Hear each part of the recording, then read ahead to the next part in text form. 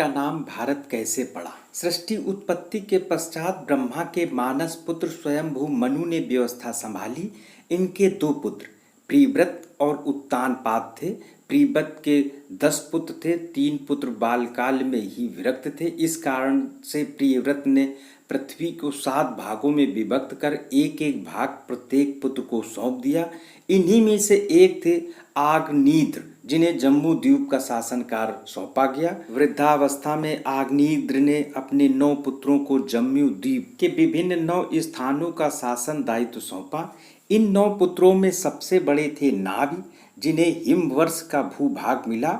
नाभि हिमवर्ष को स्वयं के नाम अजनाब से जोड़कर अजनाब वर्ष के नाम से प्रचारित किया। राजा नाभि के पुत्र थे ऋषभ। ऋषभ देव के 100 पुत्रों में भरत ज्येष्ठ और सबसे गुणवान थे।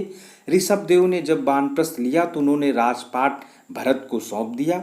अजनाब वर्ष के नाम से प्रसिद्ध अजनाब खंड राजा भरत के नाम से भरतवर्ष के नाम से प्रसिद्ध। चंद्रवंश में दुष्यंत शकुंतला के पुत्र भरत का जन्म हुआ।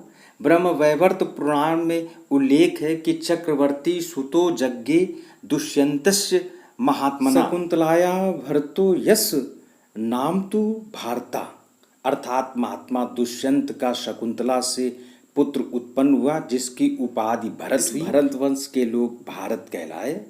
विष्णु पुराण के अनुसार ततश्च भारतवर्ष तल्यो केषु गीयते, अर्थात तभी से इस देश को भारतवर्ष कहा जाने लगा।